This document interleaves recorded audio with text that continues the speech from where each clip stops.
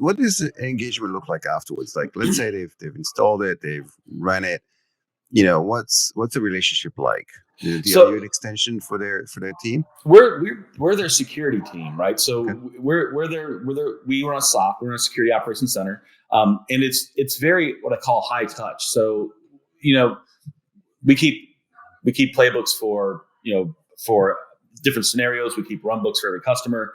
And every customer we have contacts with, so we know what our primary backup contacts are. We know how they prefer to be communicated with. So if they want a phone call, they'll get a phone call. They don't want to be called at 3 a.m. unless it's emergency. Great, we know all that stuff.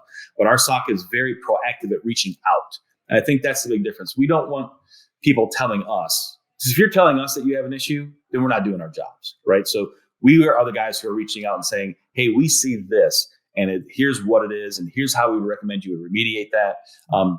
Again, that hand-holding piece of it, white glove service, whatever you want to call it. But we just want to be there to be that helping hand and give advice on how to make your environment more secure. And then the cool thing is you can start to get that telemetry from enough customers. We have a couple hundred customers out there. You can start to see commonalities. Oh, we found this unique thing at this customer. We know the other customer has a similar environment. Let's go check it. Let's go hunt over there for that now. And then, oh, look, they got it too. So we do get those economies of scales